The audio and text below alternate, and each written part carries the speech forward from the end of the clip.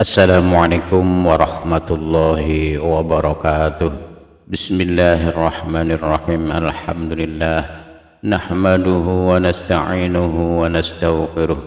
Allahumma shalli ala sayyidina Muhammadin wa ala alihi wa ashabihi ajma'in. Para pemirsa, teman-teman yang dirahmati oleh Allah, di akun Facebook ini yang tampak di layar ini tertulis Masya Allah, pemakaman Ustadz Yazid yang dihadiri Syekh Sudes Hafidhullah, salah satu imam Masjidil Haram dan beberapa dosen Universitas Islam Madinah pun hadir. Ini membuktikan bahwa dakwah beliau tidak hanya tersebar di Indonesia, tapi sampai di tanah Arab Mekah Al-Mukarramah. Masya Allah, kematian yang dicemburui. Kita coba putar videonya. Ini kehadiran Syekh Sudes ya, Imam Masjidil Haram yang sering kita dengar bacaannya ya, datang ke Indonesia menemui keluarga Ustadz Yazid. Ya pemirsa, itu tadi adalah pembukaan dari si konten kreator ini yang menceritakan ada mobil datang yang klaim sebagai Syekh Sudes. Tampaknya konten kreator ini yakin betul bahwa itu adalah Syekh Sudes dan channelnya yang di YouTube juga menceritakan hal yang sama. Saya coba search di YouTube apakah ada Syekh Sudes ke Indonesia takziah. Ini hasilnya.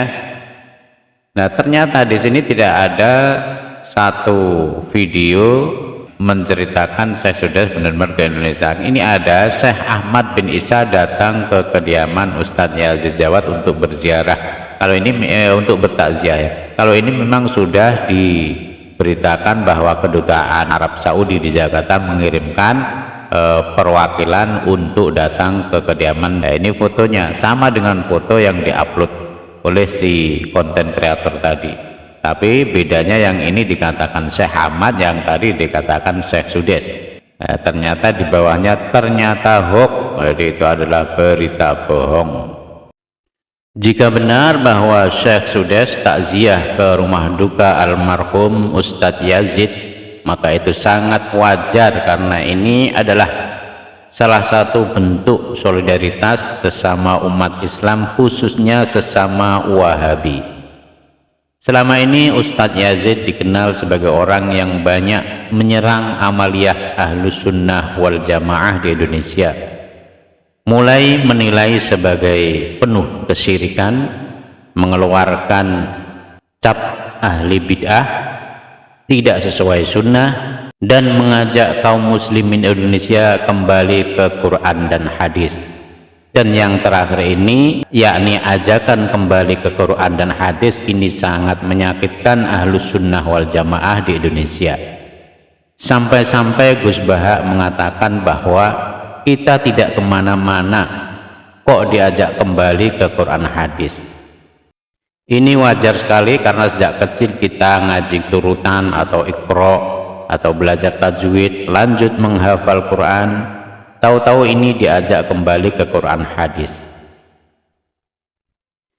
Jadi jika benar Syekh Sudes takziah ke kediaman almarhum Ustadz Yazid, maka itu wajar karena jasa-jasa beliau mengajarkan ajaran Wahabi di Indonesia. Semua kita maklum bahwa Saudi saat ini dikuasai rezim yang berpaham Wahabi. Mereka tak segan menggelontorkan uang untuk keperluan dakwahnya di seluruh dunia, tak terkecuali di Indonesia. Namun jika ternyata berita Syekh Sudes takziah ke Ustadz Yazid adalah berita hoax, maka ini tentu memalukan. Memalukan bagi konten kreator murid-murid Ustadz Yazid yang ingin membanggakan kehebatan gurunya kepada dunia yang telah ditakziahi oleh seorang syekh ternama Saudi Arabia. Ternyata hoax, ternyata berita bohong. Tapi begitulah manusia, mengagumi hingga menyatakan sesuatu yang berlebihan walau kadang salah dan tidak benar.